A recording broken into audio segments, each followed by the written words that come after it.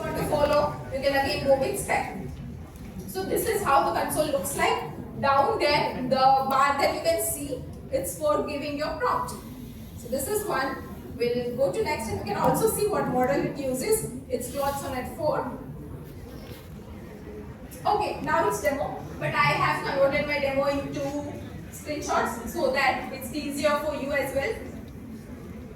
Okay, so first thing, remember the diagram. What was first? White prompt, right?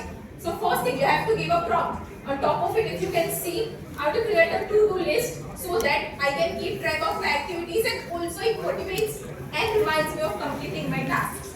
So this is the simple prompt I have given, one sentence, one line.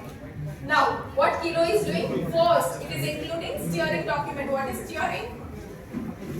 What is steering? Protocols, rules, regulations, right? So first, foremost thing Kiro will do is implementing those steering documents. Then it will create requirements. What are your requirements? When you work in industry, first thing that you have to do is have a functional and non-functional requirement documents. Right? So it will gather all the requirements. It will break down all the requirements over here. If you can see, there are few basic task management, due dates and priority levels, reminder system to keep you on track, motivational feedback as well, task categorization and data persistence so that I don't lose track of my time. So this is what you have to do. First, give prompt.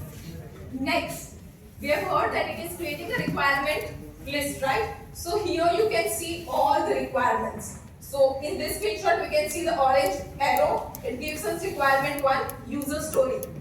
Are you familiar with Jira, ServiceNow, ticketing system tools? Yes. So user stories. It will also create user stories for you.